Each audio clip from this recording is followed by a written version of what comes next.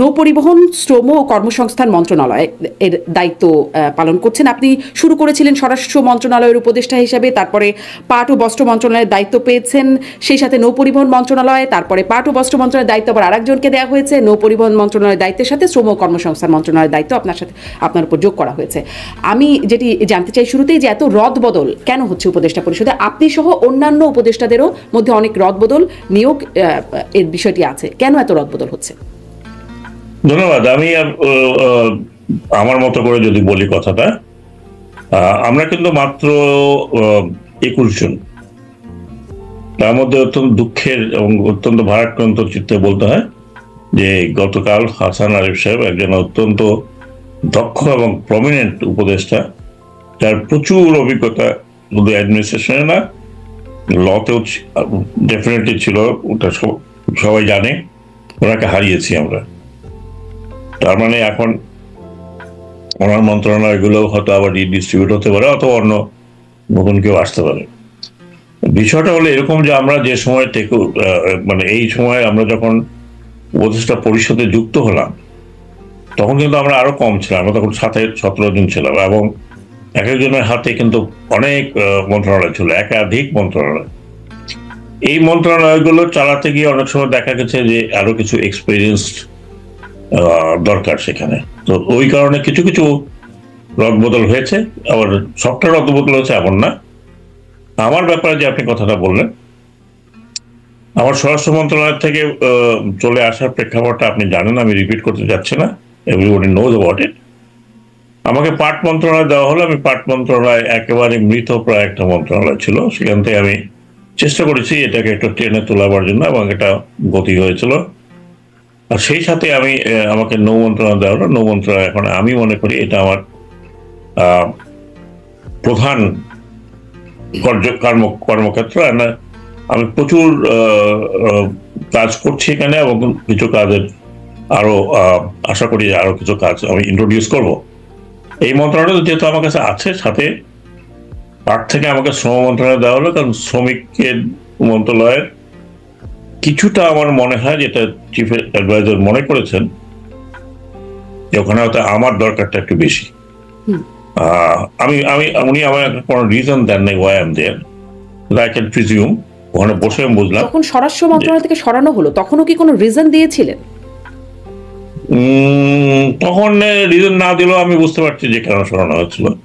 কারণ তখন এই হঠাৎ করে দেখলাম যে একটা পলিটিক্যাল পার্টি একবার রাস্তায় নেমে গেল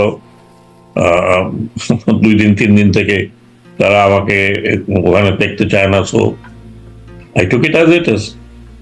তো এখন আবার নানান রকমের কথাবার্তা শুনি। জি, এই নানান রকম কথাবার্তা নিয়ে আমি আসলে আরেকটু আসতে চাইবো, মানে যে নানান আপনি যেরকমটা বলেছিলেন, অনেকটা সেই রকম কথাবার্তাও এখন অনেকটাই শোনা যায়, যার কারণে আমি এই প্রসঙ্গটা নিয়ে একটু পরবর্তীতে আসতে চাইবো। কিন্তু সেই রদবদলের জায়গাটা একটু শেষ করে নেই, যে এতে কি আসলে কাজের ক্ষতি হচ্ছে? কারণ আমার তো সাধারণভাবে, মানে সাধারণ বিবেচনায় যেটি মনে হয়, যে একজন মানুষ যখন একটি অফিসে দায়িত্ব নেন, তখন তাকে সেই অফিসের কার্যপরিধি বুঝতে বুঝতে কিছুটা সময় লাগে, একটা পরিকল্পনা করতে কিছু সময় লাগে, বাস্তবায়ন তার পরের ধাপটা। তো এত রদবদল যদি হতে থাকে, তাহলে মানে পরিকল্পনা করতে করতেই অন্যজন চলে আসছেন, তাকে আবার নতুন করে, মানে কাজের গতি আরো স্লো হয়ে যায়। একটু গতি তো ফ্র্যাঙ্কলি স্পিকিং, একটা গতি তো ডেফিনেটলি একটু ক্ষুণ্ণ হয়। কারণ আমি এই শ্রম মন্ত্রণালয়ে আসছি মাত্র 10, 15, 20 দিন হবে। আমাকে এখনো বুঝতে হবে, এখন আমি বোঝার চেষ্টা করছি। যতই আমার এক্সপিরিয়েন্স থাকুক না কেন, প্রত্যেকটা মন্ত্রণালয়ের এক একটা চরিত্র আছে, কি নিয়ে কাজ করছে, কাকে নিয়ে কাজ করছে, কিভাবে কাজ করছে, প্রসিডিউর গুলো কি, টিওআর কি, তারপরে আপনার আইন কানুন কি, এগুলো মোটামুটি একটা ধারণা নিতে হয়। যদিও আমি ডিটেইলে হয়তো কোনোদিন কেউ পারবে না, বাট ধারণা কাজ করার পরিপ্রেক্ষিতে মানে এত দ্রুত রদবদলে একটা ক্ষতিগ্রস্ত হচ্ছে সাধারণ মানুষ, তাদের সেবা পাওয়া। একটা তো স্ট্রেস পড়ে, এত কোনো সন্দেহ নেই।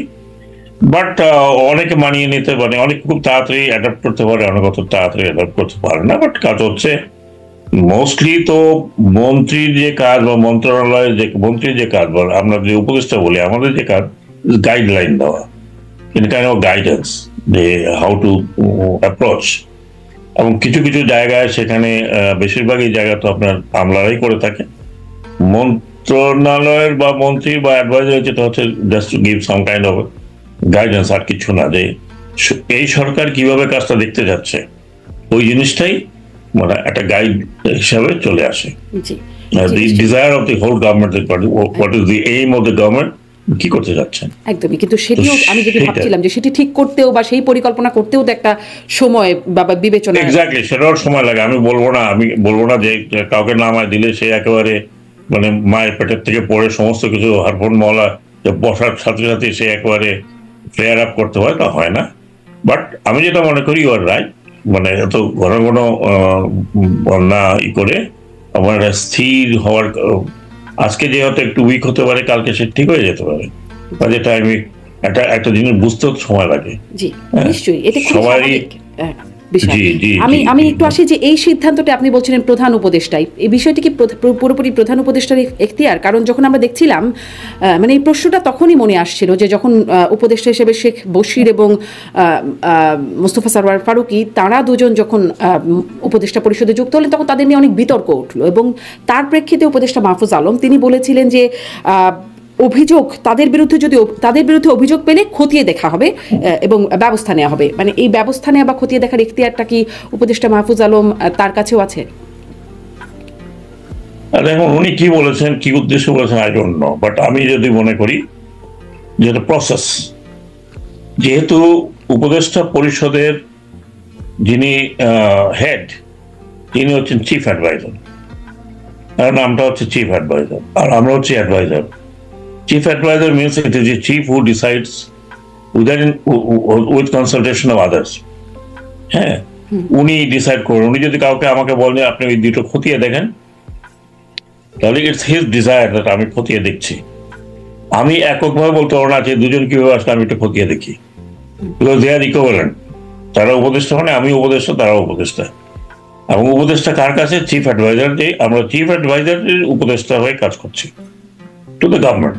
হ্যাঁ, যেমন ধরুন এটাকে আমি যদি ইকুইভ্যালেন্ট নিয়ে আসি, প্রাইম মিনিস্টার মিনিস্টাররা হয়, প্রাইম মিনিস্টার যদি মনে করেন আমার এই লোকটাকে দরকার আমার আমার ক্যাবিনেটে, তখন প্রাইম মিনিস্টার নিয়োগ করেন।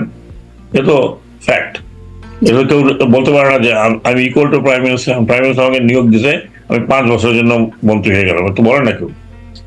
তো কাজে এনিথিং দ্যাট কামস আইদার আমি করি, আমি উচ্চারণ করি বা না করি, আমি যে কাজগুলো করছি I am doing it on behalf of the government and government heads by chief adviser and I am part of it. এখন আপনার প্রশ্নের উত্তর দেবে দেই, মাহফুজ সাহেব কি বলেছেন না বলেছেন সেটার দায়িত্ব উনি নেবেন, আমি এটা ব্যাখ্যা করতে পারবো না। স্পষ্ট মানে তিনি এখন দপ্তরবিহীন উপদেষ্টা। এর আগে আমরা দপ্তরবিহীন মন্ত্রী দেখেছি। মানে দপ্তরবিহীন উপদেষ্টাদের আসলে কাজ কি? দপ্তরবিহীন উপদেষ্টাদের কাজ হয়তো এখন এই মুহূর্তে মোটামুটি ভাবে মন্ত্রণা দেওয়া চিফ অ্যাডভাইজারকে। আর আগেই তো তিনি প্রধান উপদেষ্টার সহকারী ছিলেন, প্রধান সেটা ছিল, ওনাকে ওই স্ট্যাটাসে তো আনা হয়নি তখন। এখন তো তিনি যে স্ট্যাটাসে আসছেন সেটা হচ্ছে উপদেষ্টার স্ট্যাটাস। তিনি কিন্তু আগে যে মানে প্রধান উপদেষ্টা ছিলেন সেটা কিন্তু উপদেষ্টার স্ট্যাটাসটা ছিল না। এখানে ক্যাবিনেটে উনি ওনার বক্তব্য কোনো বিষয় যদি দিতে চান তাহলে দিতে পারেন, আগে যেটা দিতে পারতেন না। অথবা তাকে যদি বলা হয় যে এই বিষয়ের উপরে আপনার কোনো বিশ্লেষণ আছে কিনা, উনি বিশ্লেষণটা দিতে পারেন। আগে যেটা তার এটা ছিল না, কারণ ক্যাবিনেটে বসে অনলি দ্য ক্যাবিনেট মিনিস্টার্স, হ্যাঁ, আর সাপোর্টেড বাই দ্য সেক্রেটারিজ। তো কাজে প্রধান উনি যে দপ্তরবিহীন মানে এই নয় যে ওনার কোনো কাজ নেই। দপ্তরবিহীন মানে প্রধান উপদেষ্টা মনে করেন তাকে আজকে কাজটা দেওয়া হবে, তাহলে উনি সেই কাজটা করবেন। মানে he is not fixed in one ministry. জি, তারা আসলে নানান রকম কাজ দেখছি। বিভিন্ন সময় ফেসবুকে তাকে নানান রকমভাবে অ্যাক্টিভ থাকতে দেখা যায়, বিভিন্ন রকম স্ট্যাটাস দেন। সম্প্রতি একটা স্ট্যাটাস খুব আলোচিত হয়েছে, আপনি দেখেছেন নিশ্চয়ই, বা দেখেছেন কিনা আমি জানি না। তিনি বলছেন বিজয় দিবসের শুভেচ্ছা বার্তায় তিনি একটা ভূগোল পরিবর্তনের বার্তা দিচ্ছেন। তিনি বাংলাদেশের ভূখণ্ডকে পোকায় খাওয়া ভূখণ্ড উল্লেখ করছেন। তিনি বলছেন হিমালয় থেকে বঙ্গোপসাগর পুনরুদ্ধারের লড়াইয়ের বার্তা দিচ্ছেন, যেখানে আসলে ভারতের একটা ম্যাপ দিচ্ছেন, অখণ্ড একটা ম্যাপ দিচ্ছেন, যেখানে ভারতেরও কয়েকটি অংশ, আসাম ত্রিপুরার মতো কয়েকটি অংশ রয়ে গেছে। এই অংশটা মানে পুরোটা উদ্ধারে লড়াইয়ের বার্তা দিচ্ছেন। 24-এর লড়াই অসমাপ্ত, এমন একটা মন্তব্য করছেন। এই বিষয়ে মানে আপনি এটাকে কিভাবে দেখেন? আমি দেখিনি এটা। আচ্ছা, আপনি শুনেছি মাত্র। আচ্ছা, আপনি শুনলাম যে এটা হওয়ার কথা, কারণ উনি আবার দিয়ে 2 ঘন্টার মধ্যে সরিয়ে ফেলেছেন স্ট্যাটাসটি। হ্যাঁ, সো আমি যেটা দেখিনি সেটার উপরে আমার পক্ষে কমেন্ট করা সঠিক হবে না বা উচিত নয়। আমি অন্য কারোর কথা শুনে বিশ্লেষণ করি না, আমি নিজে দেখে আমার মতো করে আমি বিশ্লেষণ করতে পারি। Since I have not seen, so আমি আপনার মুখে শুনেছি, বাট আই ক্যান এটার উপর কমেন্ট করতে পারছি না। আচ্ছা, আমিও তার স্ট্যাটাসটা স্ক্রিনশট আকারে দেখেছি, পরবর্তীতে অনেকেই সেটি স্ক্রিনশট রেখেছেন এবং সেটা দেখেছি। এই বিষয়গুলোই সেখানে রয়েছে। আমি আপনাকে স্ক্রিনশট পাঠিয়েও দিতে পারি, আপনাকে দেখাতেও পারি। এখন ভূগোল পরিবর্তনের যে বার্তা, স্ক্রিনশট তো আপনি আজকাল কোনটা কিভাবে স্ক্রিনশট হয় এটা তো বলা মুশকিল। সো ওইটার রেফারেন্সে আমি কথা বলতে চাই না। এটা নিয়ে কোনো যদি আলোচনা হতো, স্ক্রিনশটের ব্যাপারে কোনো রকম অস্বীকার করেন, ওকে, এটা যদি কখনো আলোচনা হয় ইন আ ফোরাম, তখন সেই আলোচনার প্রেক্ষিতে আমি কথা বলতে পারবো। আচ্ছা, কিন্তু উনি যদি সরিয়ে থাকেন, তার মানে উনি রিয়ালাইজ করলেন যে এটা ওভাবে ওনার স্ট্যাটাসে দেওয়া উচিত